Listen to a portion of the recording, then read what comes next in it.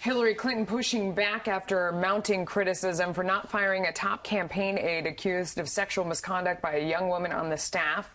Burns Strider was working on the Clinton 2008 presidential campaign. He was demoted and he had his pay docked, but he didn't lose his job.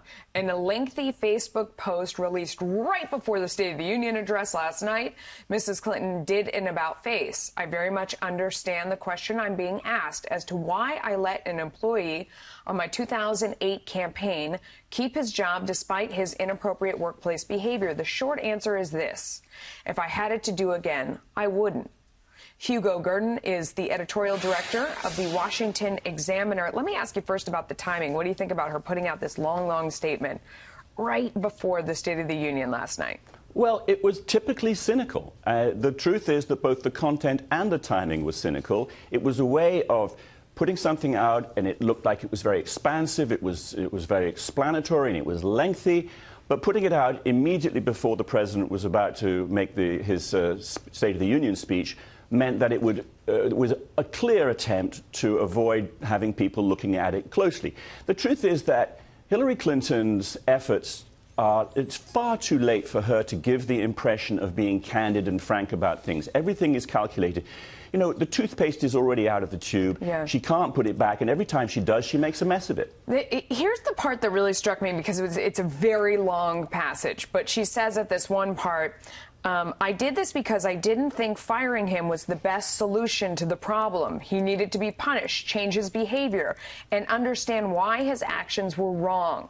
The young woman needed to be able to thrive and feel safe. I thought both could happen without him losing his job. She goes on to talk about second chances, but this idea that she didn't want him to lose his job, you know, this is the problem that a lot of people have right now in this time where we're looking at sexual harassment, is they want someone punished, but they don't want their workplace disrupted. They don't want to themselves be inconvenienced. And that's what this means to me. What do you think? That's exactly right, Melissa. Hillary Clinton did not want this to come out publicly. She couldn't do nothing. She had to punish him. But the last thing she wanted in the 2008 campaign was a sexual harassment scandal. You know, her instincts throughout 30 years in public life have been to keep things secret whenever possible. She claims to be, in this lengthy statement, a lifelong, career-long champion for women's issues. But throughout her career, when it has been more convenient to suppress information about sexual harassment, she's done so. Notoriously, of course, with her husband, she tried to erode the credibility and undermine women who accused her husband of sexual assault and even rape. So when it's convenient for her, she hides it, and yet she pretends in this statement to be a sort of principled champion of women's issues. That's the other big problem with this, is that she, by her past actions, has seemed to not be sympathetic to victims, but to blame them. And this was, you know, it seemed to be more evidence of doing the same thing, of not being sympathetic to the victim, not being on the side of the victim. I know she says in other places in this passage that the victim says she felt supported. But to a lot of women like myself, this seems like more evidence to the contrary. Does it matter now, though? I mean, she's kind of out of public life, although she says in here that she has a lot left to contribute and she's not going away.